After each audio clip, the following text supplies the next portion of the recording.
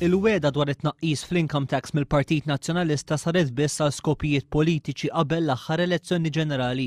L-opinjonista Lino Spiteri f'artiklu fuq The Sunday Times xejjen l-iskuża ta' diffikultajiet ekonomiċi li qed iġib Lorenz Gonzi biex jipprova jiġġustifika l-weda miksura.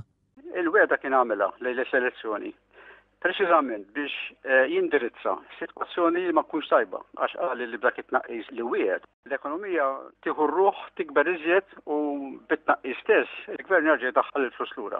Dan ifisser jgħid Lino Spiteri li l-Prim Ministru qed jikkontradixxi lilu nnifsu meta jgħid li ma wettaqx il-weda għaliex bħalissa pajjiżna ma jiflaħx għaliha.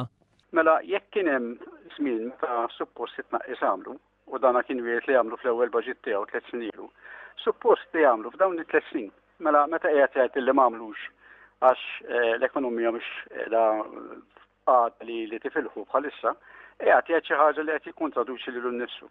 Skont l-eks Ministru tal-Finanzi din il-weda kienet sa mill-bidu nett soċjalment inġusta u ekonomikament żbaljata.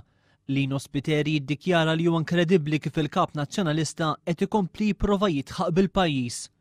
Kun hemm min jgħid li l-Prim Ministru għandu jagħmel apoloġija x'il-weda għadu ma wettaqix. Jiena ma nemminx fl-apoloġiji fil-politika, jiena nemmen li jekk tagħmel weda wettaqa, jew kellek ma wettaqtix, mhux inti tagħmel apoloġija, imma l-poplu jiġġudikak bħala li wet xi ħaġa li kont taf li tista' twettaqa.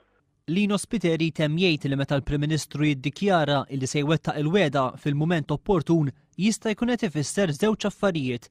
Jew li jerġa' jweda fil-manifest elettorali għall-elezzjoni li jmiss billi jgħid li issa pajjiżna jiflaħ għal din il-miżura, jew li jwettaqa fl-aħħar budget ta' din il-leġislatura biex ikun il-gvern li jmiss li jiffaċċja l-konsegwenzi tagħha.